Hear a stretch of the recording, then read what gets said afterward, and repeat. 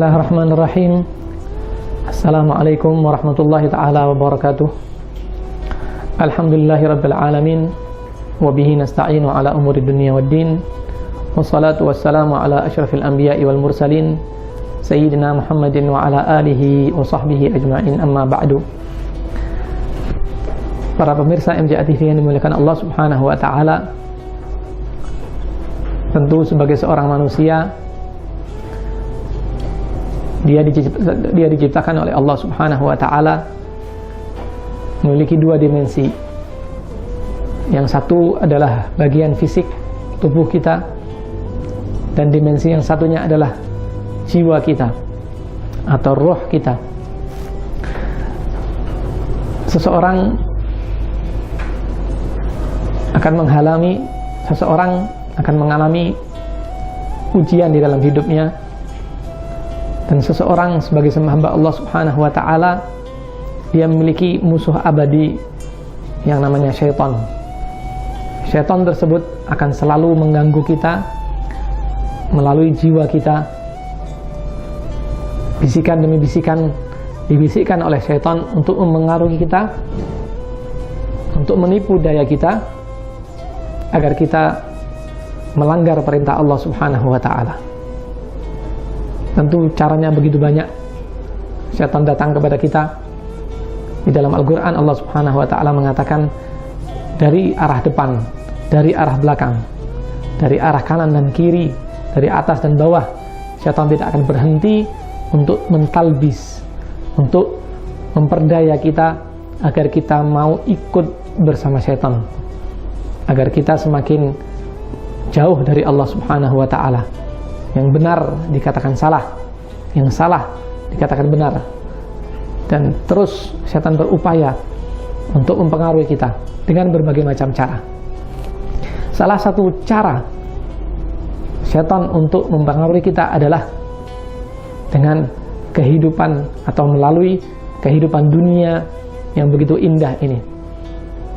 Dimunculkan di dalam jiwa kita rasa cinta kepada dunia, dan itu sangat menipu kita, seakan hidup kita di dunia ini abadi. Melalui kajian kitab An-Nasaihud Diniyah karangan Al-Habib Abdullah bin Alwi Al-Haddad, di salah satu fasalnya beliau mengatakan, wa minal muhlikati al-ghurur, bahwa salah satu yang dapat membinasakan kita sehingga terjerumus kita ke dalam neraka wal'iyadu billah adalah tertipunya kita dari godaan syaitan. Dan salah satu cara syaitan untuk menipu kita adalah dengan dimunculkannya rasa cinta kita kepada dunia secara berlebihan. Dan itu adalah yang akan menyebabkan jiwa kita menguasai hati kita, sehingga kita dengan mudah memperturutkan hawa nafsu kita. Allah Subhanahu wa ta'ala menyeru di dalam Al-Quran melalui surat Al-Fatir. Allah Subhanahu wa ta'ala mengatakan, ya ayyuhan nasu inna wa'dallahi haqqun fala taghurrannakumul hayatud dunya wala yaghurrannakum billahil gharur. Bahwa Allah Subhanahu wa ta'ala menyeru kepada umat manusia, inna wa'dallahi haqqun, bahwa janji Allah Subhanahu wa ta'ala adalah maha benar, adalah tepat. Allah tidak pernah ingkar janji. Fala taghurrannakumul hayatud dunya, telah diwanti-wanti oleh Allah Subhanahu wa ta'ala, jangan sampai kalian tertipu dari kehidupan dunia, dari indahnya kehidupan dunia, dari nikmatnya kehidupan dunia yang berusaha ditampakkan oleh setan ke dalam mata pandangan kita, ke dalam mata batin kita, sehingga nantinya wal'iyadzubillah terlalu besar kecintaan kita kepada dunia. Dan itu yang akan menipu Anda, yang akan menipu kita orang umat muslim, sehingga lupa kita akan kehidupan akhirat, lupa kita akan ibadah kepada Allah Subhanahu wa ta'ala. Dan Allah Subhanahu wa ta'ala di ayat yang sama telah mewanti-wanti, wala yaghurrannakum billahil gharur, jangan sekali-kali al-gharur yang tak lain adalah musuh abadi kita, syaitan, jangan sampai membuat Anda terlena dan tertipu sehingga Anda lupa kepada Allah Subhanahu wa ta'ala.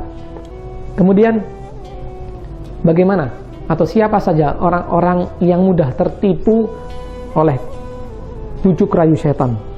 Melalui surat Al-Kahfi Allah Subhanahu wa ta'ala menggambarkan orang-orang atau memberikan satu sifat siapa sih orang-orang yang mudah tertipu oleh godaan syaitan, di mana Allah Subhanahu wa taala berfirman, alladzina dhalla sa'yuhum fil hayatid dunya wa hum yahsabuna annahum yuhsinuna sun'a. Sangat mudah sekali bagi syaitan untuk memperdaya kita. Kita ditipu oleh syaitan, amal kita ini ditampakkan seakan-akan baik, namun sejatinya amal kita ini adalah buruk. Mereka menyangka, mereka mengira apa yang telah dilakukan adalah satu kebaikan, namun ternyata di mata Allah Subhanahu wa taala amal mereka buruk. Bisa jadi karena niatnya, bukan karena Allah Subhanahu wa taala. Sedangkan amalnya baik, caranya baik, namun dia salah menempatkan niat. Atau bisa jadi sebaliknya, amal yang dilakukan adalah benar-benar buruk, namun ditipu daya oleh setan sehingga ia menganggap amal perbuatannya seakan-akan adalah amal yang sangat baik.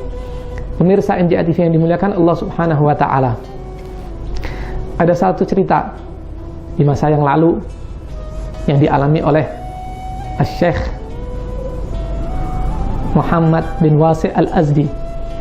Syekh Muhammad bin Wasi' Al-Azdi ini ia memiliki satu doa, yang mana doa ini telah dia baca mujarab bagi dirinya, dan doa ini sangat mujarab untuk kita baca nantinya agar mudah terhindar dari godaan syaitan. Doa tersebut berbunyi, Allahumma innaka sallatta alaina aduwan basiran bi'uyubina, yang artinya adalah, ya Allah, Engkau telah menjadikan syaitan berupaya mempengaruhi kami, di mana musuh tersebut, syaitan tersebut sangat tahu akan aib kami. Muttali'an ala auratina, syaitan iblis tersebut begitu jitu, begitu cerdas sehingga tahu aib-aib kita. Yarana huwa wa qabilu min haitsu la narahum, yang mana syaitan mampu melihat kita dan kita pun tidak mampu melihatnya. Allahumma fa'ayyizhu minna kama ayyastahu min rahmatik. Ini doa hebat. Ya Allah, jadikanlah syaitan putus asa terhadap kami sebagaimana Engkau jadikan syaitan putus asa terhadap rahmatmu. Wa qannidhu minna kama qannadtahu min afwik. Ya Allah, jadikanlah syaitan putus harapan terhadap kami sebagaimana syaitan telah putus harap terhadap rahmatmu dan pengampunanmu. Wa ba'id bainana wa bainahu kama ba'adta bainahu wa baina jannatik. Ya Allah, jauhkanlah kami dari syaitan sebagaimana Engkau telah menjauhkan syaitan dari surgamu. Innaka ala kulli syai'in qadir, sesungguhnya Engkau adalah Tuhan yang maha mampu untuk berbuat segala sesuatu. Inilah doa yang dibaca oleh Sayyid Muhammad bin Wasi' Al-Azdi. Doa ini mujarab, dan ada satu cerita, setan menjelma menjadi seorang manusia, ternyata mendatangi Sayyid Muhammad bin Wasi' Al-Azdi dan mengatakan kepada Sayyid Muhammad bin Wasi' Al-Azdi, wahai Muhammad, kamu aman dari aku, kata setan. Aku tidak akan menggodamu, tapi ada satu syarat. Aku minta kepadamu, wala tu'allim ahadan hadzal du'a. Syaratnya doa ini jangan sekali-kali kamu ajarkan kepada yang lain. Sudah, kamu aman dari saya, tapi itu syarat kamu penuhi. Saya tidak akan menggoda kamu lagi, kata setan yang menjelma menjadi manusia, berbicara kepada Sayyid Muhammad bin Wasi' Al-Azdi. Maka Sayyid Muhammad bin Wasi' Al-Azdi mengatakan kepada manusia jelmaan setan tadi itu, beliau mengatakan, amma ana fastahid minni, amma ana fastahid fiyya. Kalau saya, silahkan kamu goda saya semampu kamu, sekuat tenaga kamu. Wa man talaba minni hadzal du'a 'allamtuhu. Tapi kalau ada satu orang yang minta doa ini kepadaku, maka aku ajarkan kepada dia. Ya, karena doa ini begitu luar biasa, sampai-sampai setan takut kalau seandainya doa ini tersebar kepada yang lain dan dibaca oleh orang lain. Pemirsa NJA TV yang dimuliakan Allah Subhanahu wa taala, cerita tersebut yang dialami oleh Sayyid Muhammad bin Wasi' Al-Azdi sampai ia bisa bertemu dengan seseorang jelmaan setan, ini adalah satu tingkatan spiritual tertentu yang dimiliki oleh Sayyid Muhammad bin Wasi' Al-Azdi sehingga ia bisa sampai pada maqam yang semacam ini. Hal ini bukan mustahil, karena Allah Subhanahu wa taala telah memberikan satu contoh kepada kita di dalam Al-Qur'an bagaimana para nabi mampu dengan tingkat spiritual yang tinggi untuk bisa berjumpa dengan para malaikat, untuk bisa berbicara dengan para malaikat.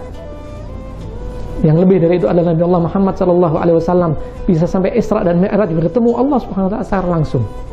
Tentu dengan satu tingkat kemampuan spiritual yang tinggi, hal itu bisa dilakukan oleh seorang manusia. Nabi Allah Sulaiman alaihissalam pun demikian, memiliki rakyat, memiliki tentara bahkan dari kaum jin. Tak lain adalah karena Allah Subhanahu wa taala memberikan satu kemampuan tertentu kepada para nabi, tak terkecuali bisa jadi terjadi pada diri Sayyid Muhammad bin Wasi al-Azdi, sehingga beliau memiliki satu doa yang mujarab, dan doa ini perlu kita amalkan untuk kita baca sehari-hari sehingga kita terhindar dari godaan syaitan. Semoga Allah Subhanahu wa taala jauhkan kita dari tipu-tipu syaitan, dan semoga Allah Subhanahu wa taala kuatkan iman kita dan akhiri usia kita dengan husnul khatimah. Wabillahi taufiq wal hidayah. Wassalamualaikum warahmatullahi taala wabarakatuh.